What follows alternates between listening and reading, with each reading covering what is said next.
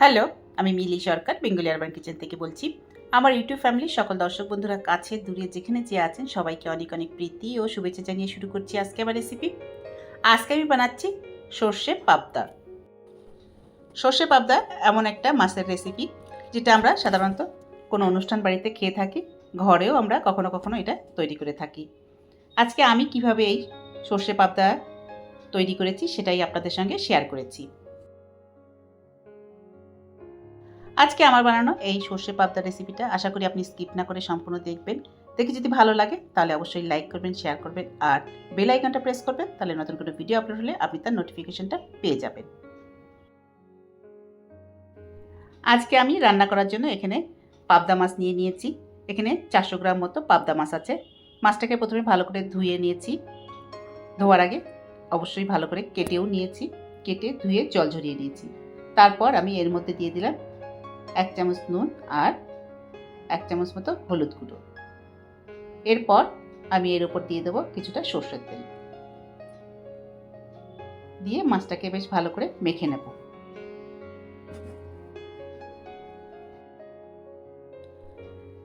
নুন, হলুদ আর তেল দিয়ে মাছগুলোকে বেশ ভালো করে মেখে নিয়ে এটাকে 10 মিনিটের জন্য রেখে দেব।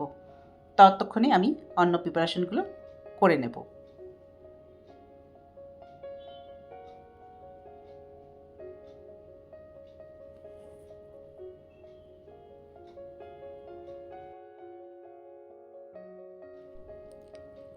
এবার আমি একটা বাটির মধ্যে নিয়ে নিচ্ছি কিছুটা কালো সর্ষে। 2 চামচ মতো এখানে কালো সর্ষে আমি নিয়ে নিচ্ছি। এরপর এর মধ্যে দিয়ে দিচ্ছি 1 চামচ সাদা সর্ষে।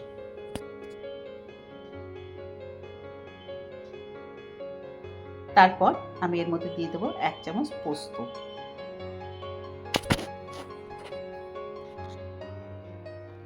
এরপর আমি এর মধ্যে দিয়ে দেবো কিছুটা কাঁচা লঙ্কা। এখানে আমি গোটা 4 কাঁচা লঙ্কা নিয়েছি।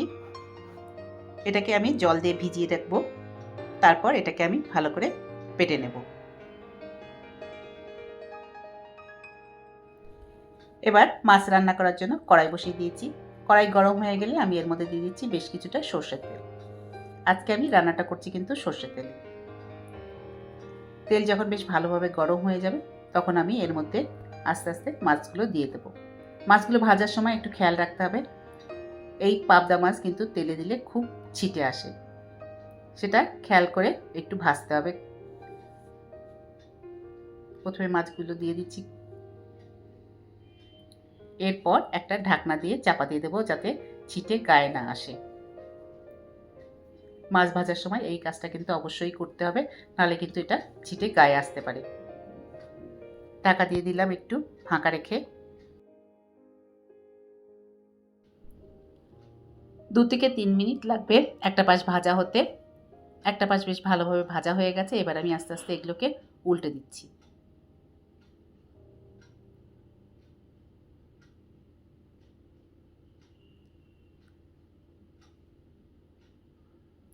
উল্টে দেওয়ার পর আবারও একটু ঢাকা দিয়ে দেবো যাতে ছিটে গায়ে না আসে।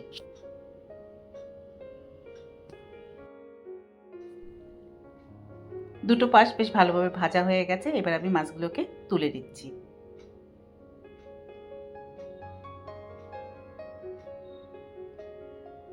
কড়াইতে তেল রয়ে গেছে, এই তেলের মধ্যে আরও কিছু মাছ দিয়ে ভেজে নেব।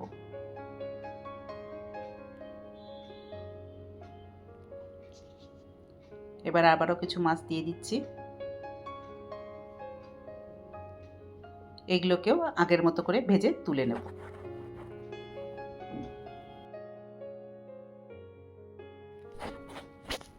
এগুলোকেও উল্টে দেব। দুটো পাশ ভাজা হলে এগুলোকেও আবার তুলে নেব।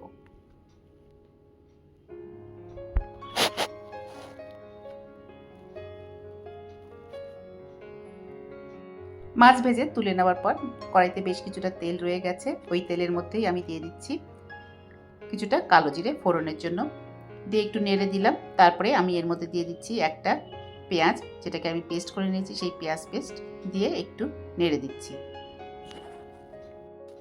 তারপর আমি এর মধ্যে দিয়ে দিচ্ছি 1 চামচ আদা রসুন পেস্ট, দিয়ে একটু নেড়ে দিচ্ছি।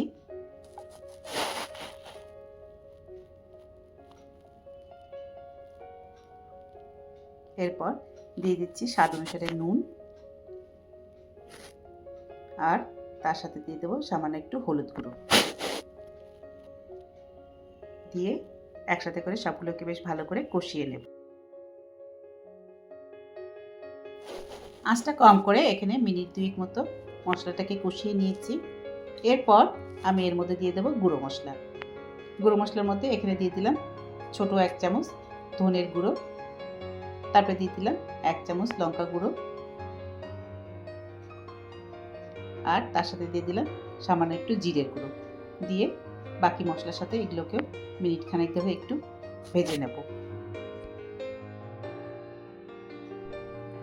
মশলাগুলো যখন একটু ভাজা ভাজা মতো হয়ে গেল, তখন আমি এর মধ্যে দিয়ে দিলাম আগে থেকে যে সর্ষে আর পোস্ত দিয়ে যেটা পেস্ট করে রেখেছিলাম কাঁচা লঙ্কার সাথে, সেটা দিয়ে দিলাম। দিয়ে আবারও একটুখানি নেড়ে দিচ্ছি 30 সেকেন্ডস মতো। এরপর আমি এর মধ্যে দিয়ে দেবো 2টো চেরা কাঁচা লঙ্কা।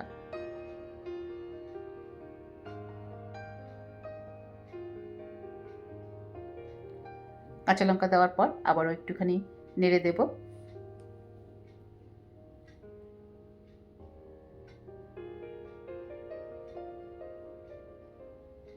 এরপর আমি এর মধ্যে দিয়ে দেব জল।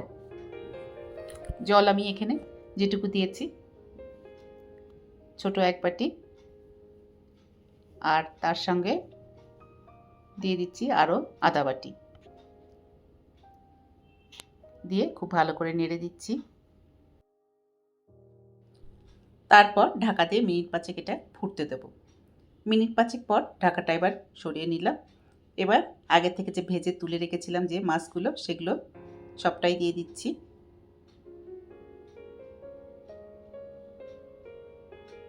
আস্তে করে দিতে হবে যাতে মাছগুলো ভেঙে না যায়।